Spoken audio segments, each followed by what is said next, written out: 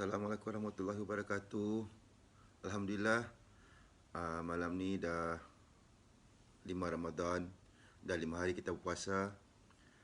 Syukur kehadirat Ilahi kerana kita dah sampai ke hari kelima ni. InsyaAllah dah malam ke-6. Okay, apa kata kita mulakan malam ni dengan kita Al-Fatihah. Dan sambil kita niat untuk dapat sedikit niat untuk dapat saya banyak benda berkongsi dan saudara semua dapat something daripada apa yang saya cuba kongsikan ni. Semua kita dapat ilmu ni dan dapat mengamalkannya, insya-Allah. Bismillahirrahmanirrahim. Alhamdulillahirabbil alamin. Arrahmanirrahim. Iyyaka na'budu wa iyyaka nasta'in. Ihdinas siratal mustaqim. Siratal ladzina an'amta 'alaihim ghairil maghdubi 'alaihim. Bismillahirrahmanirrahim. Allahumma salli ala sayyidina Muhammad. Okey. Sambungan pada hati-hati menjaga hati. Hari ini hari yang kelima saya berkongsikan. Sebelum ini saya dah cakap kan, sememangnya kita ni harus berjuang memerangi syaitan dalam jaga hati kita ini. Macam mana kita nak dalam menguruskan hati kita ni agar sifat takwa itu lebih menguasai. Dan salah satu caranya saya pun share semalam adalah dengan kita membangunkan hubungan kita dengan Allah Subhanahu Wa Taala, iaitu dengan kita mendirikan solat. Tetapi kenapa masih ada yang melakukan sesuatu yang dikuasai nafsu walaupun sudah mengerjakan solat cukup 5 waktunya? Ada yang solat tepat waktunya, ditambah pula dengan solat sunat, tak kira lah, rawatib, hajat, taubat, duha, tahajud, semua dia buat, tapi masih dikuasai nafsu. Kita masih nampak dia ada melakukan sesuatu yang tidak disukai Allah. Padahal apabila kita mengerjakan solat tu, kita solat, hal yang pertama yang Allah SWT berikan adalah menghentikan kerja keras nafsu tu untuk menguasai diri kita. Kalau kita tengok pada dalam Quran sendiri, surah Al-Ankabut ayat 45, mengatakan bahawa sesungguhnya solat itu mencegah dari perbuatan yang keji dan mungkar. Jadi kenapa masih ada kata-kata kesat, perkataan yang tidak baik, mencela, masih mengata, masih suka mencuri, pecah amanah, berdusta, rasuah. Semua ni ada kasih nafsu. Dan tidak mustahil untuk orang yang solat itu yang sendiri mengerjakannya. Kadang kita pun tertanya kan, kenapa nampak Allah Akbar, nampak alim, nampak warak, tapi kenapa masih dia lakukan benda-benda perkataan yang bagi kita satu yang Allah tidak suka? Kenapa? Jadi bila kita tengok, bila ini terjadi sebenarnya kan, walaupun cukup solatnya tapi dia masih dikuasai nafsu, maknanya adalah yang tidak betul dalam solatnya itu. Kalau solat itu benar, insya-Allah sepatutnya hati dia akan tenang. Dan ciri-ciri yang tenang ini ada apabila seorang itu boleh mengendalikan nafsu dalam kehidupannya. Dia dapat, kalau dia betul-betul tenang, solat dia sempurna baik, insya-Allah dia boleh mengendalikan nafsunya dan kehidupannya sehingga muncul yang baik-baik saja dalam hatinya. Di sinilah apa yang perlu kita buat, audit semula solat kita. Ni lah masa kita refleksi diri kita. Adakah wuduk aku sempurna? Mula daripada tu kita start. Adakah wuduk kita sempurna? Betul tak bacaan dalam solat kita? Jika tak pasti, bergurulah dan dalamilah ilmu untuk pastikan solat itu sempurna. Dan kita sentiasalah berdoa agar solat itu diterima Allah. Sebenarnya saya sendiri pengalaman saya pada satu ketika tu, masa saya ada macam hati tak tenang, ada, kalau Indonesia kata macam galau lah kan, risau. Saya pernah macam amalkan apa yang Pak Nas, Ustaz Nasrullah ajar, iaitu kita apabila kita ada persoalan dalam diri kita semua, kita buka Al-Quran, cari macam secara cari Al-Quran yang dinamakan Ghafur Tala tu kan. Tapi bila saya buat, ayat yang saya dapat mula apa tahu, sempurnalah wuduk kamu tu, Allahu Akbar. Dia macam macam kena pada saya kan. Saya tengok audit balik, adakah selama ni aku wuduk tak sempurna, ataupun adakah apa yang aku tertinggal?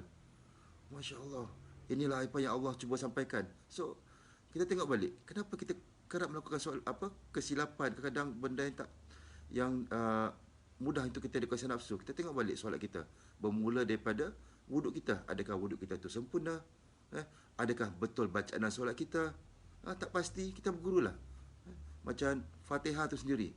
Baru ni pun dalam Sebayang Club dengan Profesor Maya pun ada buat macam tadarus dengan Ustaz Allah Akbar. Apa namanya? Dalam kita macam talaki kan, Fatihah kan. Berguru supaya kita make sure, sebab Fatihah tu sendiri penting. Ada benda-benda yang kita bermula daripada Bismillahirrahmanirrahim tu sendiri. Kalau kita betul-betul berguru, kita akan dapat pasti nampak di mana kita ada silap, salah dalam kita punya sebutan, apa semua tu. Ya Allah. Dan situlah kita boleh audit diri kita kan, sama ada apakah kita buat tu betul kan.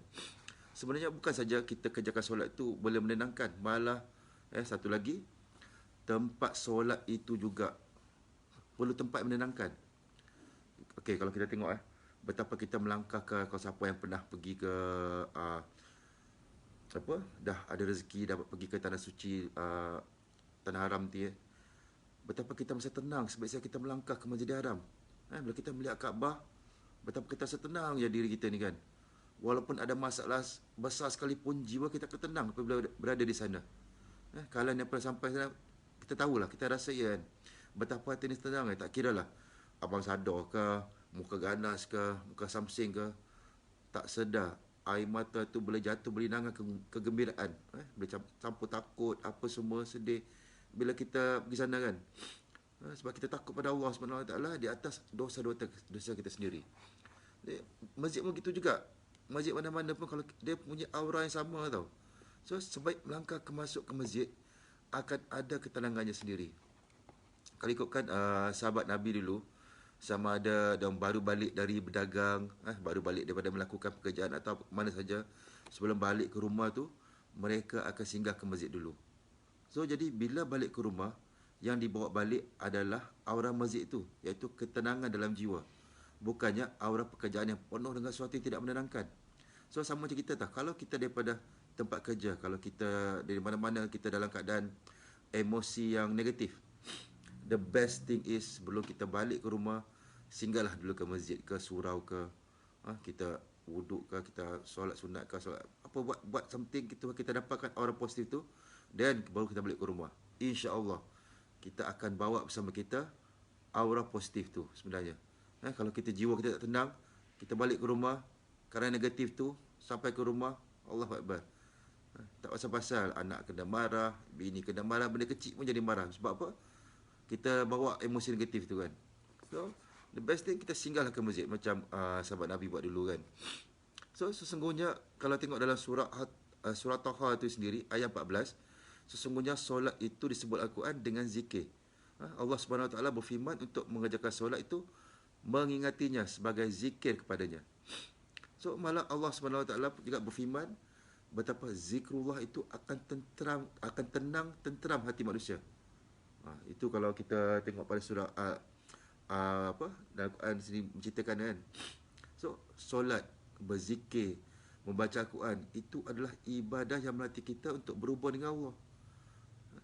Bila kita berhubung dengan Allah, semalam ceritakan macam mana kita membangunkan diri kita, membangunkan hubungan kita dengan Allah. Pada masa sama, kita akan meningkatkan sifat takwa kita itu dalam diri kita. Satu lagi yang membuatkan kita ni masih tak tenteram apabila kita ni sebenarnya suka mengeluh apabila rasa gelisah. Kita macam ni lah. Cuba tengok semut. Kan bila semut jalan banyak tu kan. Cuba kita buat, kalau kita letak kita halangan, ataupun kita macam senangi kita tak air lah kan. Macam kita buang dia punya laluan tu kan. So apa jadi? So semut tu akan cari jalan lain. Dia macam ni straight, dia ke jalan lain, dia jumpa balik ke depan tu kan. Straight. Dia meneruskan kehidupan dia orang tanpa banyak keluhan. Tapi kita macam tu tak? Kita tak buat macam tu. Dalam kehidupan seharian kita, ada masalah saja, kita mengeluh. Kita rasa gelisah. Adu sana, adu sini. Ada saja kita mengeluh. Alamak, leceh lah, itulah, tak best lah. Salah ke orang tu, salah ke orang ni. Itu yang kita buat. Sebab macam apa? Jadi macam nak selesai. Kita bukan Bukan sebab kita tak hebat sebenarnya, tapi banyak sangat keluhannya. Saya ingat pesanan Ustaz Agim kita ni sebenarnya kenapa kita ngeluh? Sebab kita ni kurangnya bersyukur. Hakikatnya kalau kita ni hidup kita ni dari pagi kita bangun penuh dengan kesyukuran, sebenarnya kita akan ditenggelami dengan kesyukuran ni, sehingga kita lupa sampai kita tak ingat nak dengar rungutan, tak ingat nak mengeluh. Itulah sebenarnya kita ni tidak tenang bukan kerana kita kurang kaya, tapi kena kita kurang takwa dan kurang ibadahnya. So kita kena tengok balik kenapa kita yang orang yang walaupun solat cukup 5 waktunya, solat sunat, komplit lah, tapi kenapa masih dia kuasai nafsu? Kita tengok, kita audit balik diri kita, audit balik solat kita, audit balik kitanya daripada wuduk, daripada bacaan kita. Semua tu kita tak pasti kita berguru lah. Kita dapatkan ilmu yang secukupnya, insya-Allah. Dan satu lagi, kita jangan hidup kita ni jangan penuh keluhan.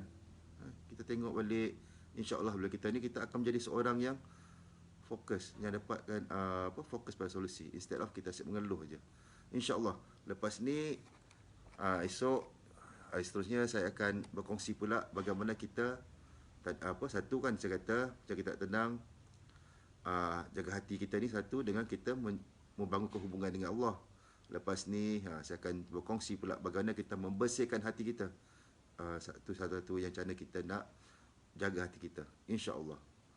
Semoga, terima kasih yang ni menonton semua. Semoga kalian semua dikurniakan kesihatan terbaik, sentiasa dilindungi Allah, supaya kita semua dipermudahkan Allah, diizinkan untuk bertemu dengan Lailatul Qadarnya. Semoga kita dapat memanfaatkan bulan Ramadan ini, insya-Allah. Semoga kalian semua dirahmatinya sentiasa. Amin amin amin. Terima kasih semua. Assalamualaikum warahmatullahi wabarakatuh. Alhamdulillah.